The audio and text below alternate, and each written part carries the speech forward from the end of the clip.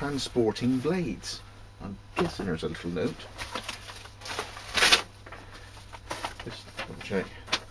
I've got Condor with a scandi grind. Same job for Jedi. Yep, no problem at all. So I'll keep you addressed there. Nice and neat in the bag. I can repackage that up later. Now if I'm really good again, I can reuse his card. Where's the old Omega?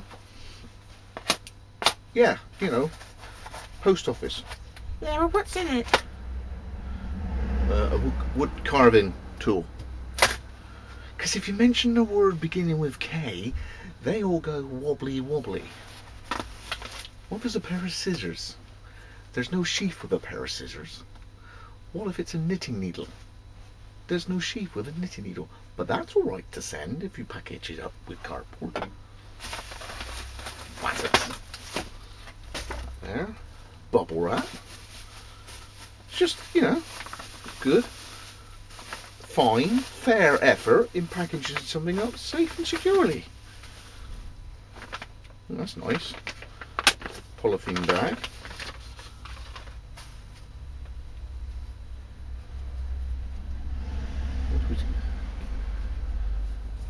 So,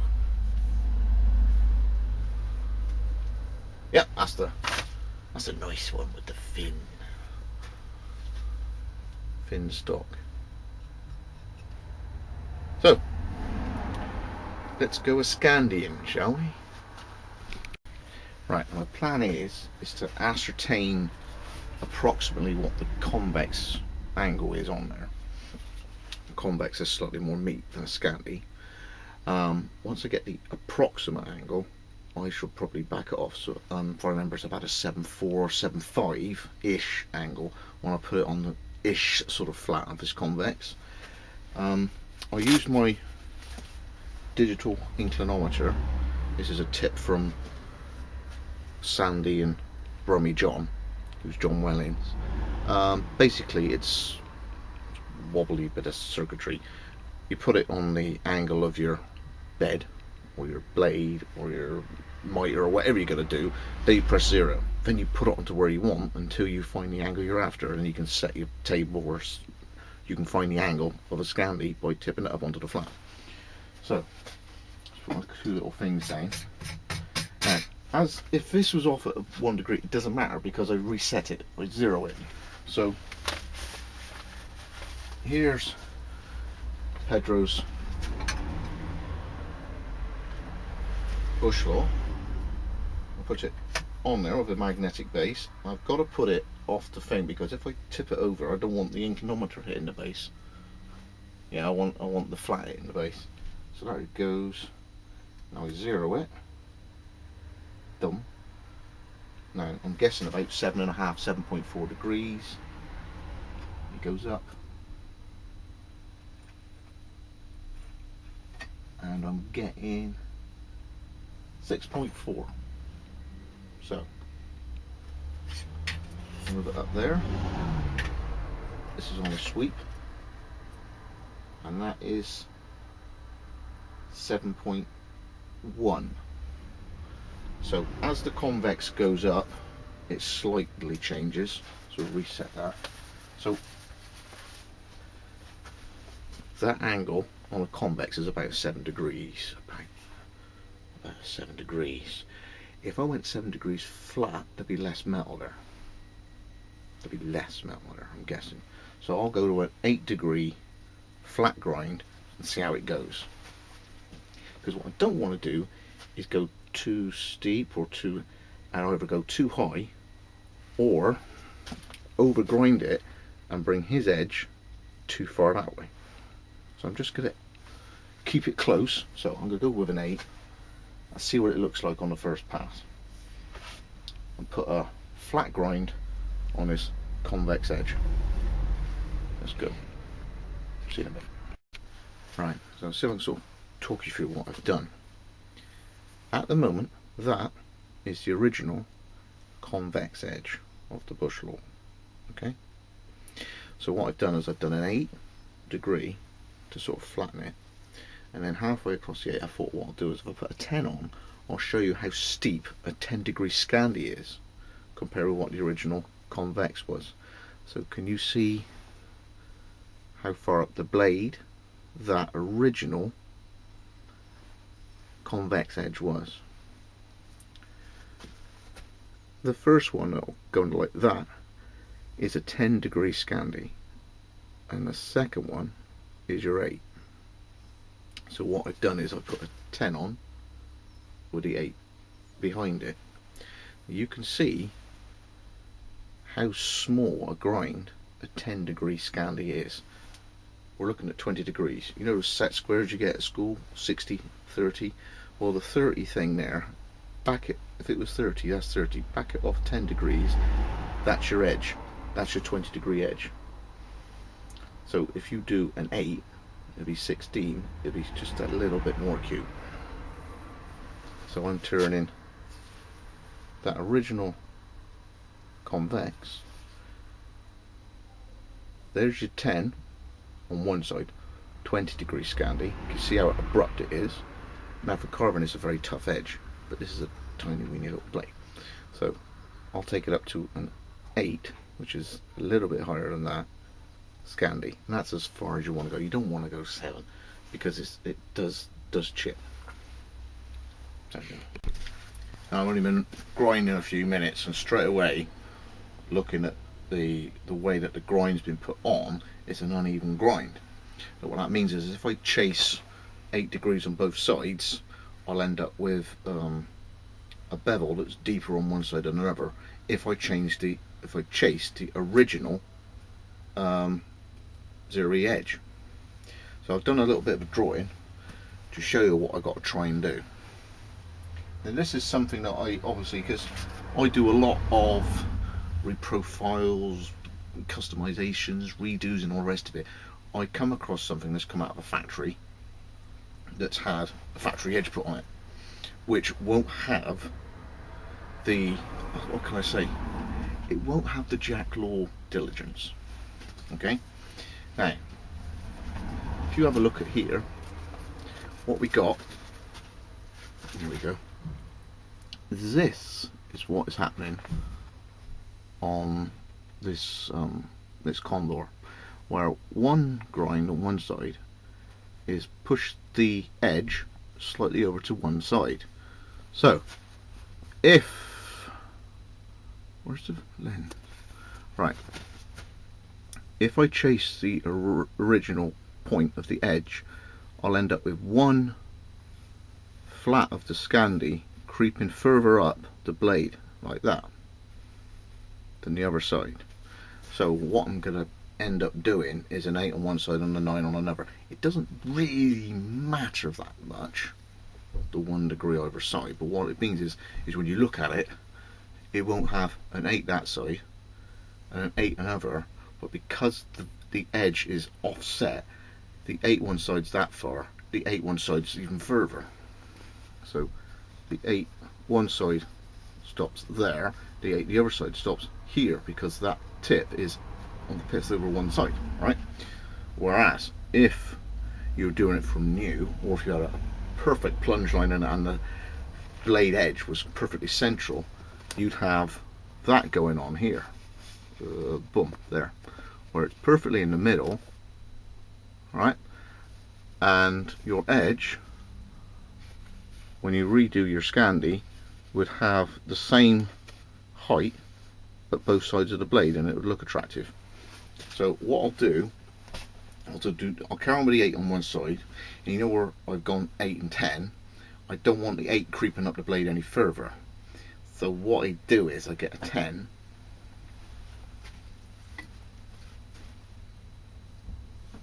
and I knock it out a degree like that, and grind it until the 10 hits the edge and how far I went up with the 8, okay, until I just literally meet the two together, and I'll see how I creep up or meet an edge, or creep up, creep an edge, and just be a case of 10 10 10 10 until eventually they marry up, and you end up with a 0 edge that will be slightly off center. but you'll have an attractive looking blade in the fact that the grind lines won't be too dissimilar on either side as you look at it. Now, I've got a little word to say in a minute. I'll just put all this down because I want to get what I want to say right. Right now, if you remember this drawing here that I did of something that was done right, or as right as humanly possible, or perfect, okay? And what that means is that when you do your grinds, either side, you meet the blade edge exactly in the center of the stock, and the plunge lines, that's the scoop that's ground out, on both sides looks exactly the same. And where you look at that section of the blade there, okay, you'll see that it looks absolutely identical. There are a few how can I say, metaphors within the knife industry. There's plumb, there's central, there's get the bells right and all the rest of it. But I heard something the other day. I read a comment and it made me go, yeah, alright. What it was talking about bushcraft blades, alright, and someone said, don't quote me on exactly the right words, but the gist of the sentence was this, okay, it just appears to me, okay, my honest opinion, right, that the new standard for a bushcraft blade is jacklaw. And I went, yeah, right, because it won't, Sandy won't let it go unless he's got it as good as he can do it, okay. There is due diligence in every single step that he does, okay. But that made me smile because that means that within the year that he's been doing it on and off, right, he's already getting a name for himself for impeccable grind lines, or even this, or high standard of that, or, do you understand me? There's the word is out. Sandy, yeah, you're making ripples, buddy. The new standard for a bushcraft blade, or the standard or benchmark or something this person said, is jacklaw. You can't knock that. That's a gem. That's a diamond of a statement. Someone out there pushing out stuff like that. Well done, Sandy.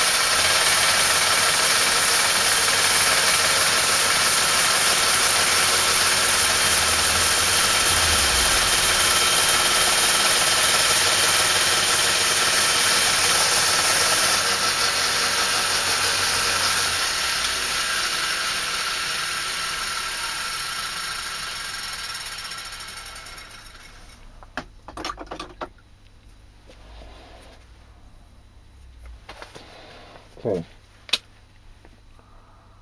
so there's 8 degrees scandi on there. I just got to meet it on the other side where it was the 8 and the 10.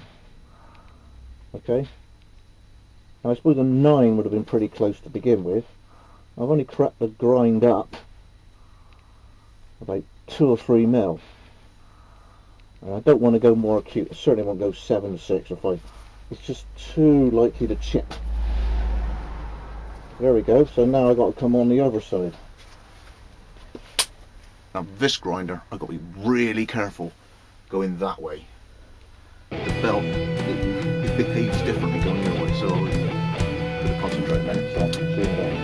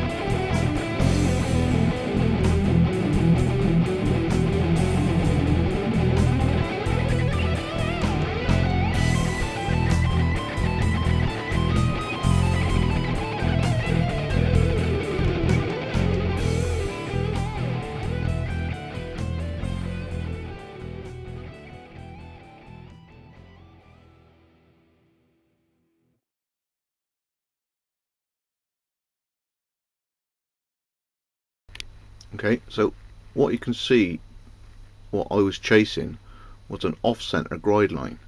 Now that, this side, is the 9. Okay, there's the burr, you can see glistening the side. So a 9 is a steeper angle. On this side is an 8, okay, which is a shallower angle.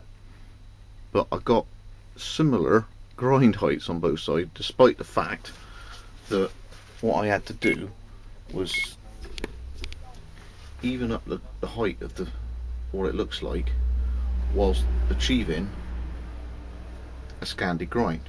Now, with a blade edge that's that far off centre, I'm never going to have the same bevel angle on both sides because it's just too far off.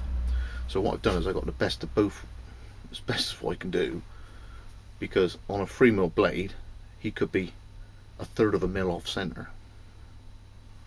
So he's 1.3 there and 1.7 off of the thing.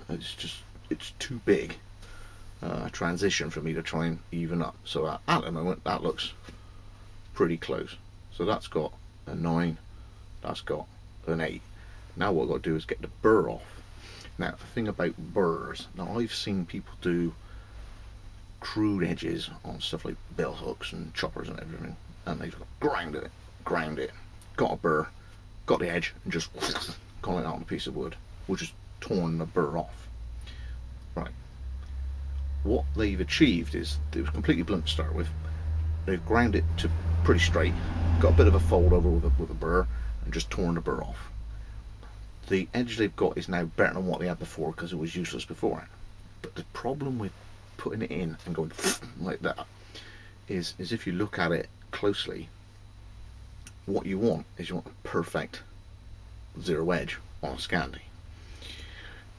That ribbon of folded over burr, thin metal, that basically is not going to hold an edge because it's just too thin. There's nothing holding it either side. It's just overlapped. By tearing it off, yes, you've got rid of it, but in tearing it off, you're going to leave a ragged edge all the way along your freshly ground blade. Now, it's still pretty sharp. It still cuts stuff. It's still better than what it probably was before. But by tearing it off, your ragged edge, okay, it's got flaws in it to begin with. So the idea now is I'm going to go on to my stones and gradually get that burr off without mashing up the edge. Okay, it's pointless having a rough scandi. The whole point of a scandi is it goes to a zero edge and it is neat, because a scandi as a zero edge is more prone to chipping. What you don't want is a piss poor scandi, because you're not going to benefit from the really good edge. For the what can I say, the trade-off of a scandi is the edge will chip more likely than if it was a convex, because scandi, convex, scandi, convex, convex edge has more steel to it, proportionately more steel for the lack of the trade-off of the angle of the bevel. But goosey kylie is the idea. Scandi edge, yes, it's great for carving, it'll stop, but they do chip. So if you're going to get a scandi, get it right for the benefit of the ease of sharpening, without the trade-off of having a piss poor scandi that'll chip more often anyway. So onto the stones. Okay, I suppose I'm about 10 minutes in at the moment, and I'm using a dual grind stone, 400 on top, 1000 underneath, because I'm just trying to remove the burr. So scandi grind, flat of the blade and then up to the bevel, flat of the blade, there, up to the bevel. Now a scandi is easy, simple to maintain, but you need due diligence.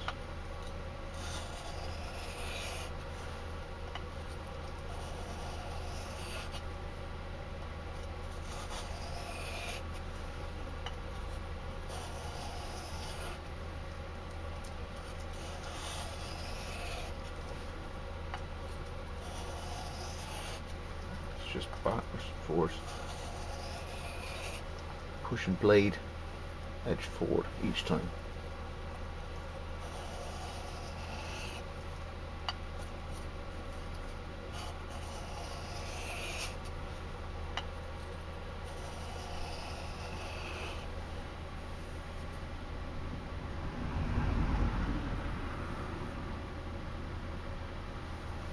And re-soak the stone. That makes it wet, and it also removes particles that will fill up the grit.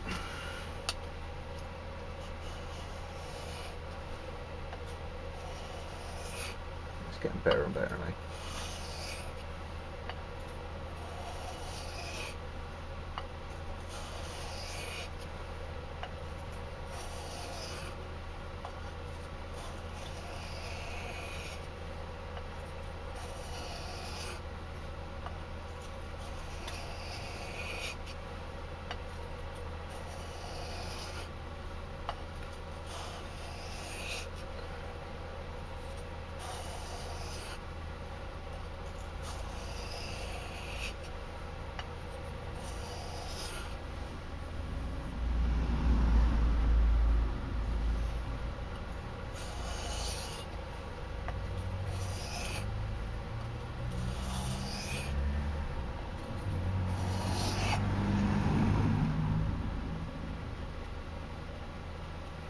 Keep going.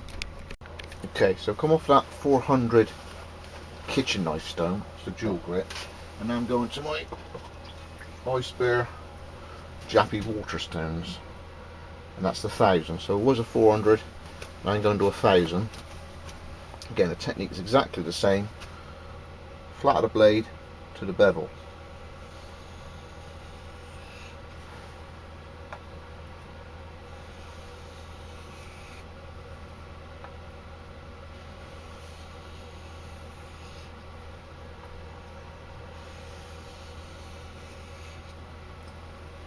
Few minutes on here too. In a bit. I got the second side, which is 1000.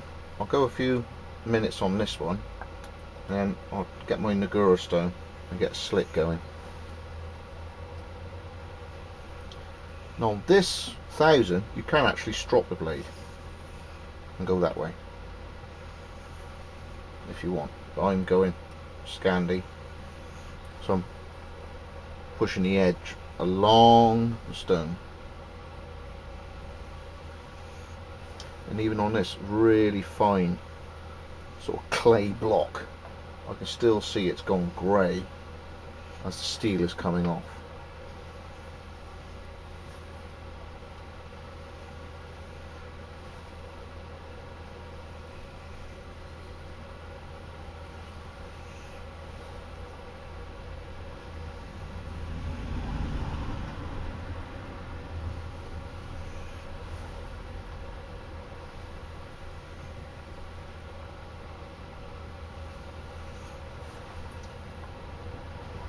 Obviously, the bigger the stone, the easier it is. Even on a blade this big, I've got to do some weird arcing, sliding, compound things to get every portion of the blade worked on by the stone.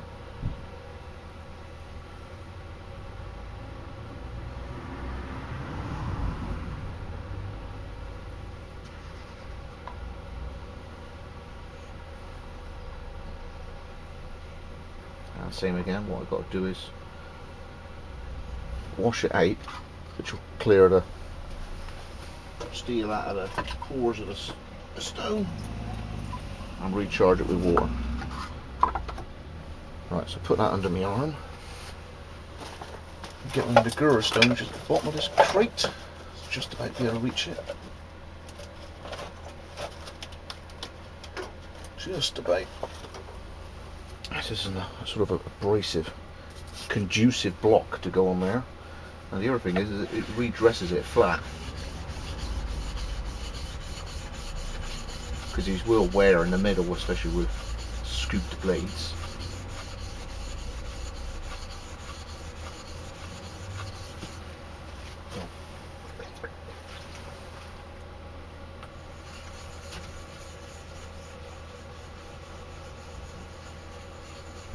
that does actually stick down. That's so flat now. That's actually almost sucked onto it.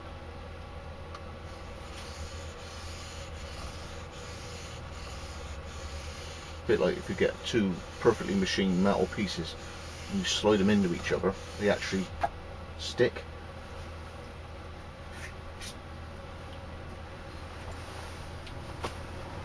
Oh, dry my hands, so don't make his handle too wet.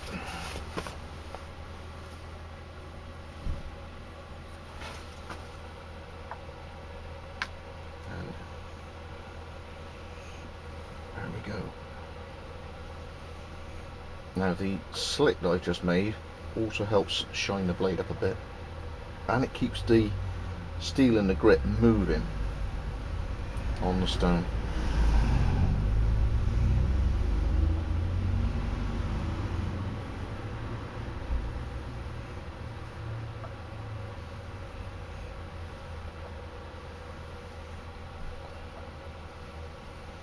So you can see that grinding a scandi blade could technically take you 10 to 15 minutes, but it's stoning the damn thing afterwards that puts the time on it.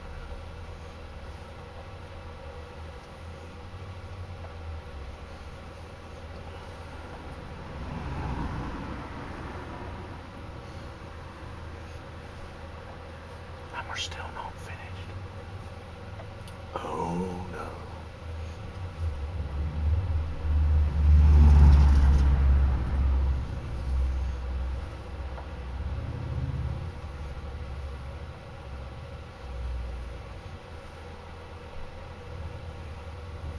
Catch you later. Just washing out my strop a minute. It's a big lump of oil. I'm just trying to start again out on here.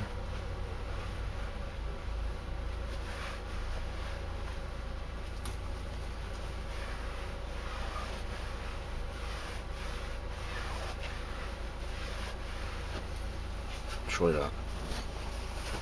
Okay. So, sort of razor chrome oxide stropping compound. That there. And this is just a bit of gear oil, like from an old motorbike. Or fork oil or something. Might be fork oil. It's just something to carry in the leather. Okay. Now, up until now, the edge has been going that way. Now we're stropping, so it's the other way. I just got to blend it all in a minute. So this is sort of like mixing it up. Nothing special.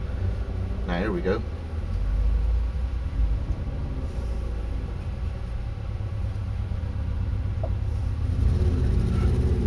This goes away from the edge.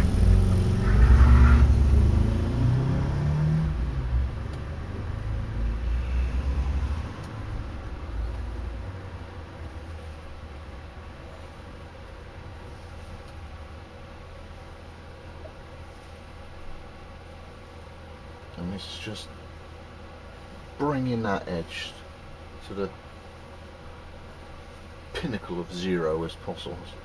Just refining it right down whilst not having any imperfections, chips, grinds, buckles, grind sections. It's just as neat and glassy as possible.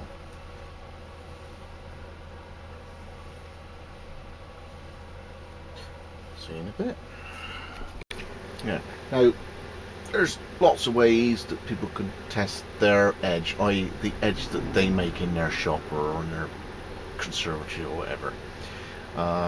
Paper cutting, coloured as bamboo skewers. That's a really good test, because unless you've got a robust edge, you ain't going to take on a bamboo skewer. You know, the bits you make kebabs on, they're tough as hell, are really fibrous. So bamboo push cut skewers are a really good test. There's shaving your arm, the rest of it. One thing I do is when I wipe the stropping compound off the blade to test it, what I want is as it goes through, and I hold the edge, like that, it's got to cut. Yeah. As I wipe it off, got to cut. That's pretty sharp. Now, the place for paper cutting, I think Ben Orford put it well. We go like that just to prove that the edge is the same all the way along. But perhaps we don't appreciate it when we speak it to camera. What we want is we want it to cut the paper all the way along the edge. Okay, so there it is to you. So you can see it. It's not cut a big long piece of paper, it's cut all the way along the edge. So from there, it's cutting, it's cutting, it's cutting, it's cutting, it's cutting, it's cutting, it's cutting, it's cutting, it's cutting, it's cutting, it's cutting, all the way along the edge. Okay? Whereas, if you were shaving your arm, you could go like that. You could have a section from there to there, completely no edge on it whatsoever. You'll still on camera be shaving your arm. It's the combination of that gives the person making the edge the confidence that their edge is all the way along. That's paper cutting, sharp as shaves your arm. For me, it's. I got this thing about shaving arms. I don't really like doing it.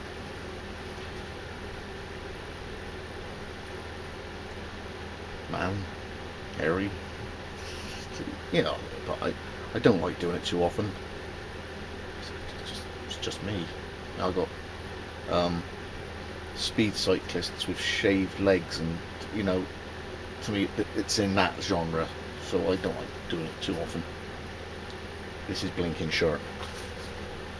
This is blinking sharp. Scandi. Now what I've got to do now is clean this up, because obviously there'll be stropping compound on it. So see it. So a combination of a 220 belt on my grinder, the bevel block. I went to a 400 stone, 1000 wet Japanese stone, 6000 Japanese stone, and stropped it on chrome oxide with a dot of oil. And now that is almost effortless to cut through and on and on. Now it's just preference. People like scandis, people like convex, some people like hollow grinds, is the way it is. But for wood carving, a scandi is pretty brutal. I mean, that's very neat cuts. Very neat cuts. But this will cut right. I mean, there it is, right on top of the blade. Just knock me light down a minute. So there's tip of the blade there. Right up.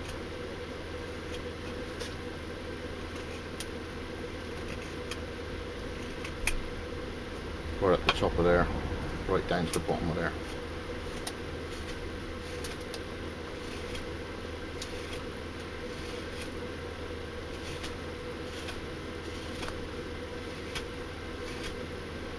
And it's a consistent cut all the way up the blade. There is no compound grind on this thing.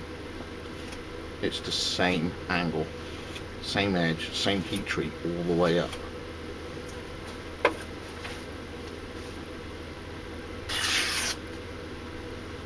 That's a scandi. As good as I can do it in my rough garage. So, hope you're happy with that. Pedro, on its way back to you. I'll choose next week. I'll pack it up for you. It's been Wessex Bladed. Thanks for joining me again. Let's go for Wessex Blades.